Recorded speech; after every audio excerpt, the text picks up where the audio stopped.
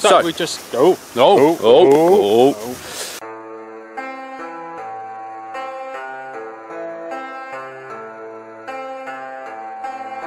Homo sapien Leparchius.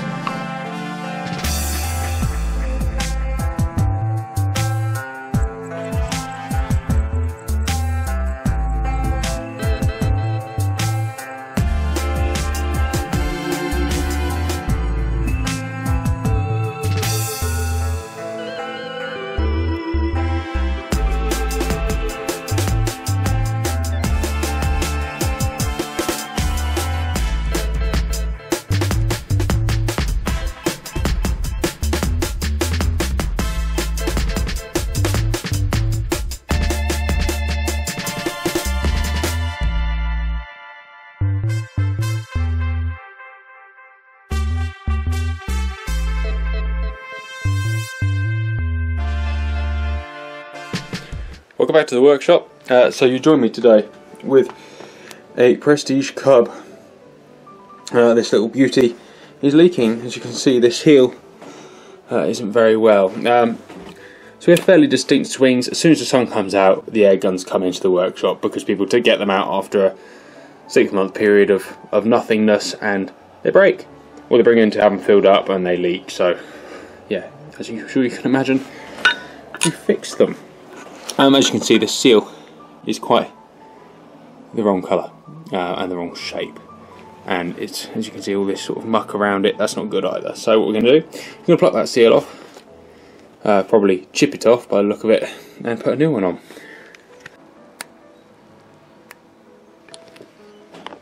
It's just going to be fun. I have to remove this block. Bear with me. Alright, the problem with taking these things too far apart too far is it's just going to lead to extra complications.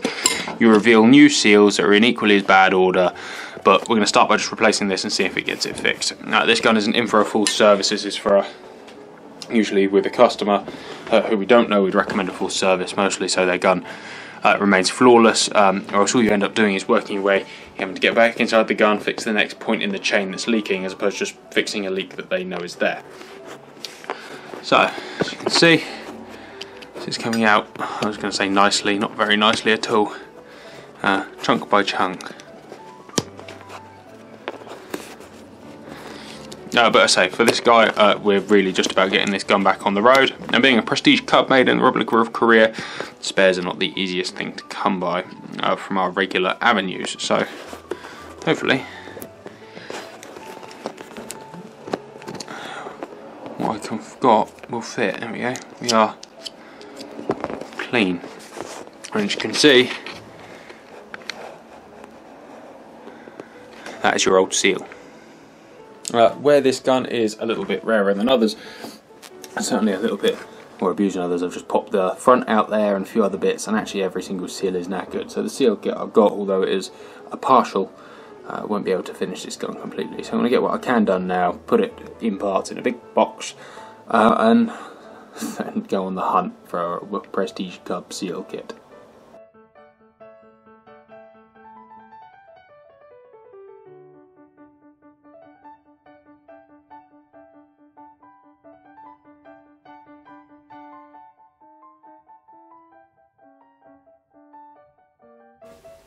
Devon is Devonshire. Yeah, but Devonshire sounds a lot better than Dorsetshire. It's probably why they call it Dorset now. But you don't call Wiltshire Wilts, do you? That's why it's weird. You think that Well, people because lose Dorset- the share or have the share? Dorset is a good mouthful.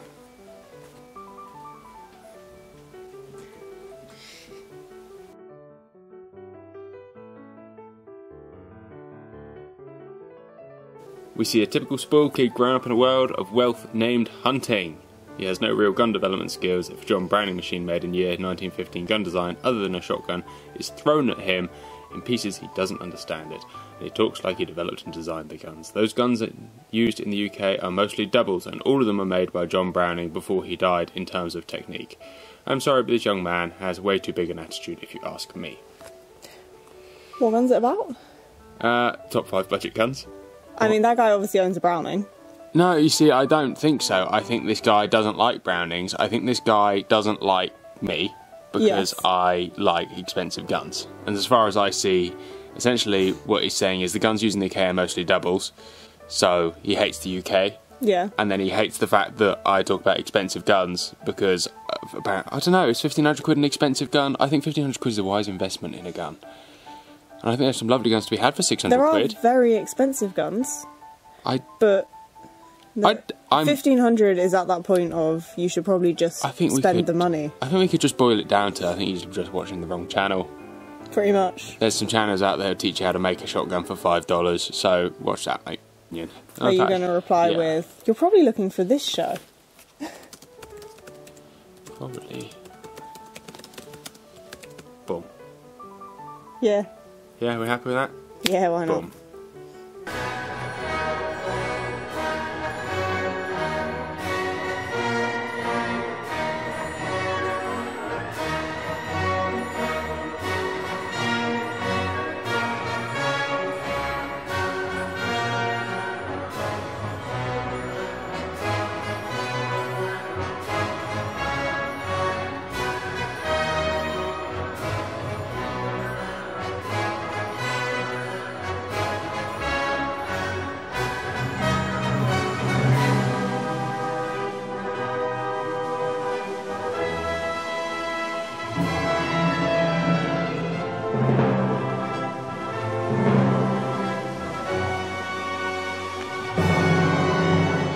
It's a bit of an air gun.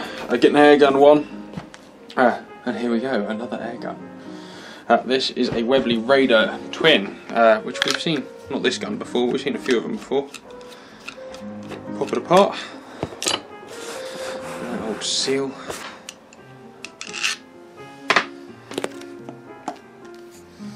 And then just pop this back screw out.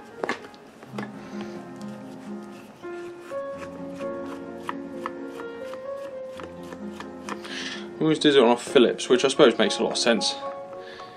Although Allen keys or flatheads look nicer and Allen keys are better. Scope off.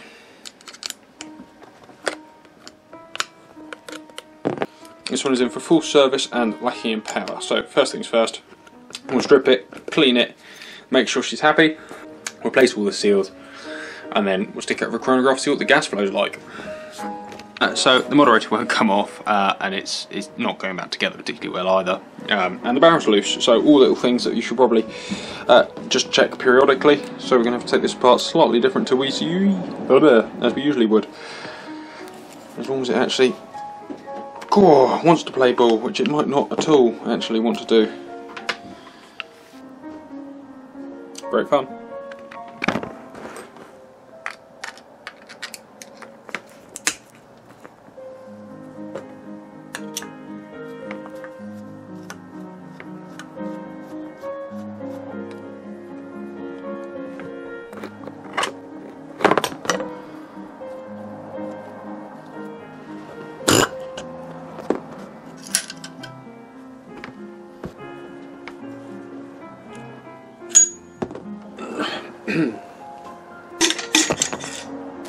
So on a Webley Raider twin you have two main gas sections, there and there. So these are your 2 points of failure, if you like. So you have two main O-rings on the outside, and you have a valve unit here. So if this valve unit fails, the gas will leak through, and if these two O-rings fail, the gas will leak through, and you have an inlet valve on this one here. So you have two valves, two O-rings. It should be perhaps the simplest thing in the world. There's no gauge. However, you know, even if there's only 4 points of wear, there's still 4 points of wear. It's an old gun now, and it needs a service. Luckily, Webley sent us a service pack, so in this occasion, unlike the last one, I actually have all the parts I need, which is... there's a real satisfactory noise when you start taking an old seal off and it makes this crackling noise, and the crackling noise is the seal cracking, and although obviously it's well overdue some work, that at least gives you a fair chance that it's going to be, I never jinxed it, but I was going to say a simpler job.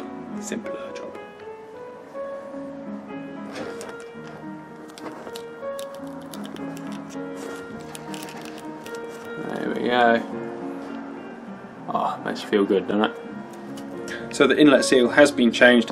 It's probably why all those screws were done up over tight or rounded off already, but nobody's ever touched this back end. So let's get it done, get it back together, and fingers crossed we'll all be good. yeah, again, part of the reason we don't do a partial service, like we said before, is that you just lead to yourself having to take a gun apart to do 2 seals.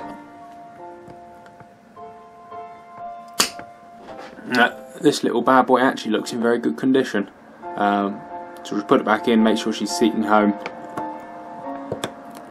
Perfect. So there was actually an old bit of rubber in front of this inlet seal. No idea why it was there, but put this back in, reseat, and go from there.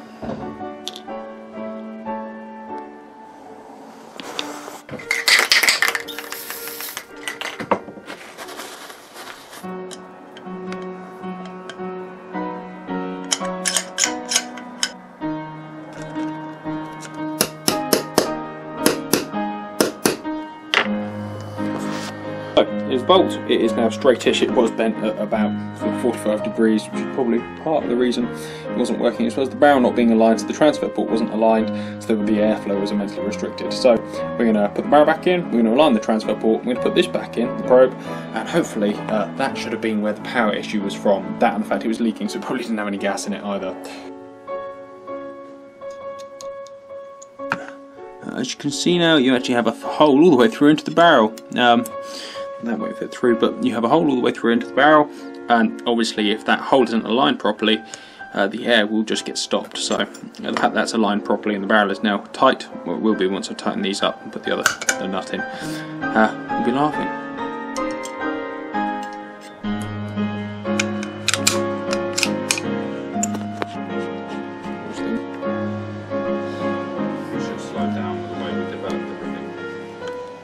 Well, no, because you need to make mistakes, and everyone likes cutting edge technology, don't they? Yeah, but they should have slowed down with cutting edge technology. What? Not pushed it out. Nah, but then pushed it out as quick as they did. Unfortunately, that's commerce for you, though, isn't it? Is you need. I totally agree with you that you need to sell shit. Business is the right thing, but for humankind and the development of the species. I didn't realise you cared so much.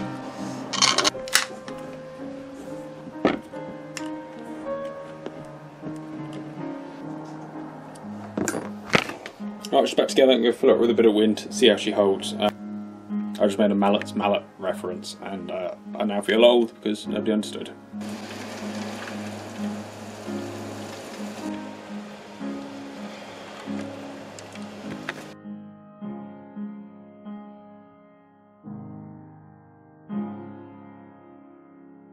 So we've got a bit of news. As most of you know, the cam's left, so we've rearranged who's doing what a little bit. Yeah, so as you'll notice from the channel, certainly it's taken a back seat, but it's gone much more into, I've been doing it very much more in my evenings and early mornings, trying to turn it around work, because, well, it turned out Cam actually did do quite a lot. I mean, we're all quite surprised at how the workload changed when he left. Yeah. So that's number one. But that is only temporary, because we've found, it's not really a replacement Cam, an additional team member. Yeah, well, yes, we've found an additional team member, which is good news all round, really. Although I don't think he knows it yet, so you know before he does. Yeah, it's pretty good, really. Maybe this should be our way of telling him. I'll expect a text. Which leads us on to, we've also employed somebody else. Wage bill is going to make me sick every month. But as part of a larger project. Yeah. What is that larger project? I spoke to you about the Marksman ST2 and I went over to Easton's Sporting to look at it. Well, we ordered one, and it's going to, I think, be installed on the 11th of June. Obviously we won't open it straight away, we're going to want a couple of days because it's so customisable to your own purposes that actually we just want to have a play. Yeah, I love late spring, early. So is this early summer, late spring? It's about right, isn't it? I'd say about so. The world is so green, and it's kind of gone from it's going to sound really like Chad right now, but I'm so inspired to be outside this time of year. Everything is flourishing, and it's wonderful. Even ticks. My missus, Charlie sat in a tick nest when we went up to the woods the other day. Oh, nice. It was awful. How many did you pull out? Oh, we didn't pull any out. We got them quite early. Oh, right, okay. Probably about 25. Nice. Yeah. How's the Yeah, one on the baby as well. That was one of those moments of I hate nature.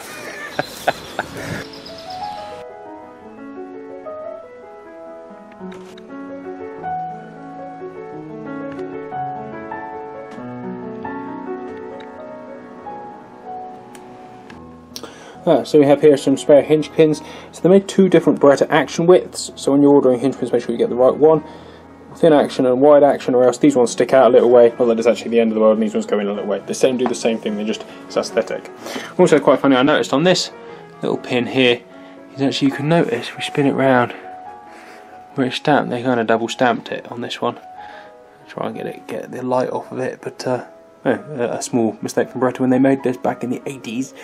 Well, I know it's the end of the world. It's operated well this long. So we're just replacing the hinge pins with the right ones, and then probably going to replace the locking bolt, which is there as well, with a first oversize, and get this gun back to brand new. She's quite pretty. It always looks silly without the trunnions in.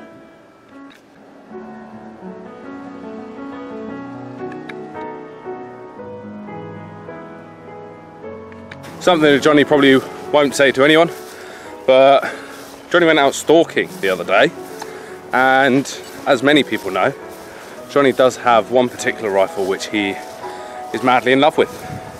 That particular gun is the Merkel K3 Kiplau. Johnny got the chance to use it, shoot it, and kill something with it. So he's rather happy at the moment. Yeah, so excuse the kind of slightly more raw Blair Witch style. It's not really where I want it to be in terms of our first hunting video, but you got to start somewhere, and I think actually I'm much happier having learnt from a very different perspective, I suppose, or a different angle from what I usually would, how I would usually stalk. And I think without entirely ruining the hunting experience and making it much more about the camera, you need a cameraman or somebody dedicated to film it, because camera, binos. Camera, binos, because I don't want to, although I went out with Rich, who is a professional guide, or semi-professional guide. He's a professional, part-time professional guide, that's the best way to put it. I am a stalker. I want to look, I want to be involved, I want to spot animals, and I want to be there. I'm not a patsy. So I found it quite difficult to try and film and not. But you can see that tomorrow, hopefully. No, in a couple of days' time. Please let us know what you think about it. There will be more. I say this is our first attempt, and I'm hoping that you'll enjoy it. So yeah, tell us what you think. So there's a reason there's no woodies out on the fields. It's because they are all down the river having a jolly. Right, so this little one is in for a new top firing pin because it's broken. So I'm hoping, although the whole firing pin retention piece looks a bit funny, it should knock out fairly easily, exposing what is broken. If we put our finger in the back here, you can see one is missing and one is very clearly there. So I'm going to pop the pin out, pop both pins out and have a little look.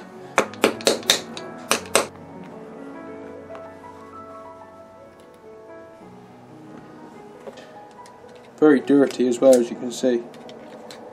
Right, as you can see, one is complete and one is not complete. Unfortunately, this gun is out of date, so it means making a new one.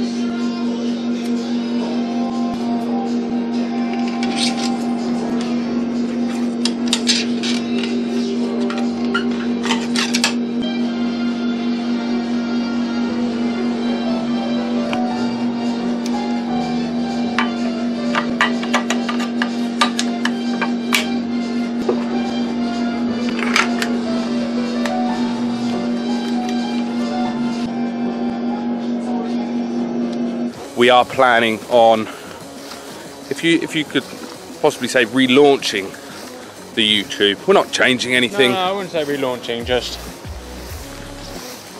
where we're going to have a few more staff and it's going to take a little while to get the business up to do for them. We're going to use that time to make YouTube videos. Yeah, you know, we've started investing into YouTube videos, etc. One of them being upgrading some of the equipment in the shop itself, so that things can happen more efficiently in the shop, therefore taking less time, which means we can make more videos, of course.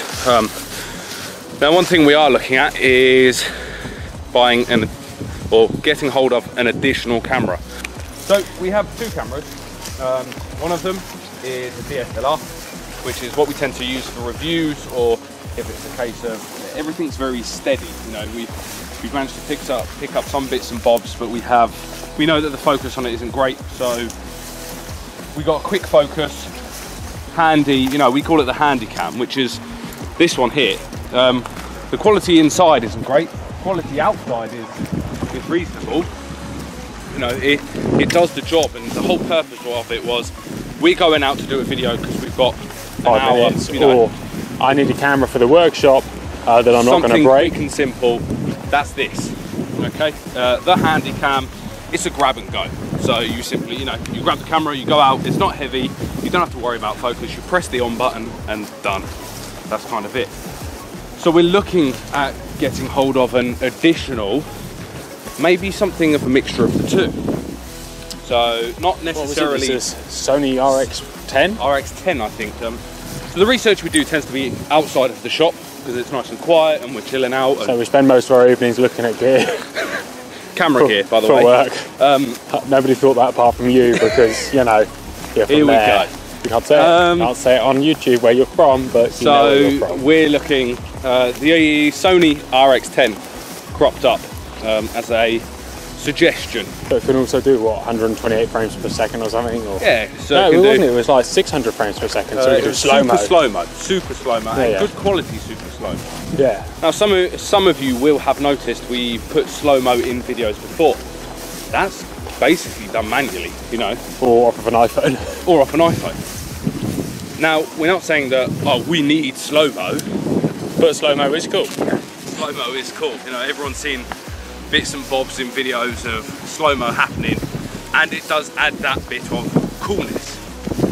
So, I think that's one that's cropped up. But where we're going with this, if you guys have any suggestions about what's good, nothing too heavy, you know, nothing too costly, something suitable for the job, then let us know down below.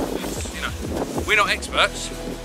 We just buy stuff based on suggestions, reviews, just like everybody else. Yeah, so we watch people doing what we do, but about cameras. Yeah. And suddenly I realised, oh, we do something that's actually useful for the world. Yeah. Yeah, suggestions down below. Thanks.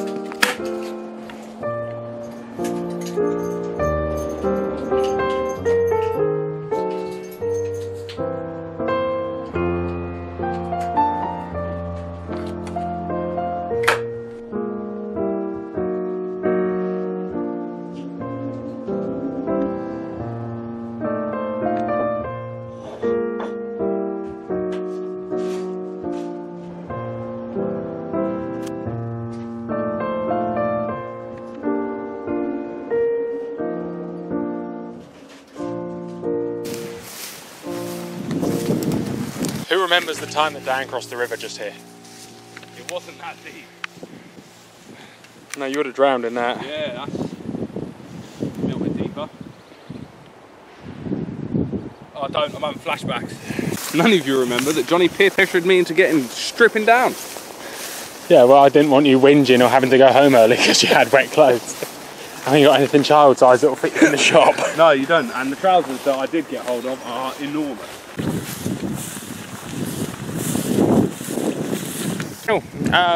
We've talked about changing it or sort of rebolstering it with some more stuff and getting back into a regular routine. I'm going to put a little quick question to you. What do you want to see? We know what we want to do. Yeah. But very much a case of what you'd like to see. Reviews, informative, outdoors, how-tos, straight up gun porn, vlogs. Everybody loves gun porn. When something is out of season, don't you think you see a lot more of it? And how proud it is when it's not in season. So when you're not allowed to shoot it, you'll see loads of it and it will stand there and taunt you as if it knows you're not allowed to shoot it. The deer must have got used to the seasons by now. Do they must sense, know. you know, not like they change the calendar date. Oh, the predators come in winter. Yeah. Yeah. And then, but they know that they're only after, you know, their husbands or their wives. That sort of thing. You know, keep the ladies in because they're going to get shot. I think roe certainly know. Yeah, I mean, but it's definitely something we've been noticing a lot of. So with the roe, because we've got a lot of roe. Again, the ducks, you know. So as soon as, you know, during the February 1st came along, and now there's 1,000 ducks. Yeah, they're everywhere. There's geese everywhere. You know, before the new year, there was nothing. There was no ducks. You'd see the occasional pigeon, but there was nothing in the air. There was nothing anywhere. And then season ends, there they all are. Boom. So, anyway, you know, we discussed this in the shop at the moment, especially with the nature cam as well. You know, we've spotted things on a nature cam where it's like, wow, and then you never see it again. It's like, here I am. That was that big buck. And now I'm gone. And we've never seen that buck. Never since it came into season. No, it wasn't season when we saw it, never since it cleaned itself up a velvet. It was a week into season, and I remember you saying something about wait till the velvet goes and we'll stick the cam out again. Stick the cam out again. And we get to see the two does that have probably dropped their fawns up this valley. Yippee. Thank you very much, Mother Nature. And the fox. You know the fox that keeps cropping up on the nature cam? So we set a trap for the fox. You know, a humane trap for the fox. And to move it somewhere safe. Nothing. Like heaven. Yeah, it's gone. It's not in the trap, and we haven't moved it on a camera. It's gone. And all we see is this damn doe. Hateful, aren't they? Shaking her tush at us. Ah, be alright, mate. Well, but yeah, so there's something to talk about. There's a video I'd like to do is trapping. Yeah. English style trapping. And anyway. A lot of guns to review still yet. We have, yeah. But yeah, so moving on from everything else, check out the website because that's going to have all of the information about the simulator that's coming in. So I have updated it today, so you know you can register your interest. There will be bookings and you can shoot on it. Just book with us.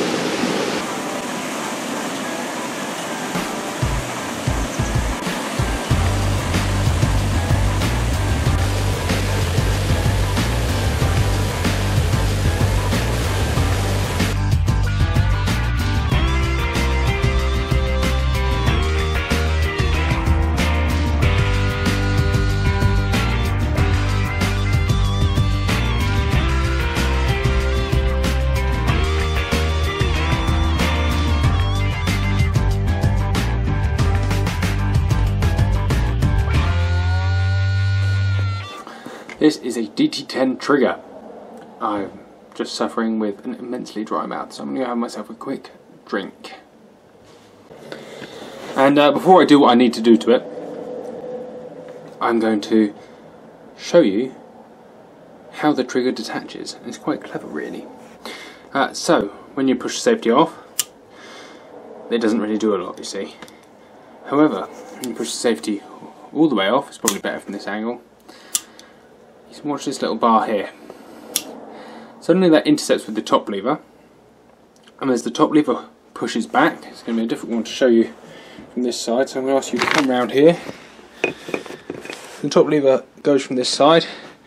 Notice it pushes this whole block back at the bottom, and the trigger, just so, will fall out. And out she comes.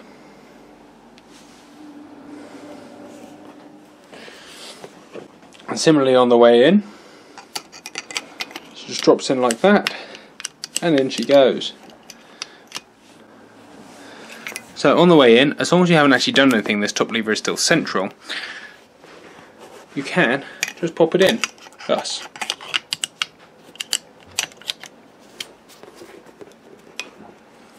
Then just engage that, press top lever over. Right, now then we take it out, as you can see, safety off, safety on, or safety off, safety on, safety off, safety all the way forward, press top lever back, trigger will come out, just like that. And now what we're going to do is take top lever and push it across. Right, and now we're going to really struggle to get that trigger unit back in unless we follow the same procedure, because this unit isn't locked back anymore. This unit is where it should be, so it's not going to let the trigger unit in. So if we've done this, the easy reset goes something like this. Top lever across, and pretty much the same process, but your trigger is no longer in place. Safety off, top lever across until it's locked in place there, and all of this lock unit here is back. Trigger goes in and up. And that was my 2 minutes on the TT10 trigger unit.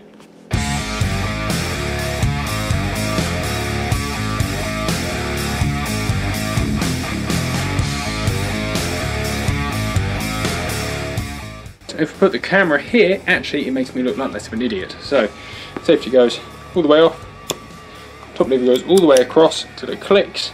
As you can see, your lock is disengaged from your trigger unit there. Turn it upside down, there we go, and the trigger unit will simply pull out like that. It does take a little bit of force when it's not lubricated, but that's more or less where this gun's here. It's for a light service, so I better get on with that really.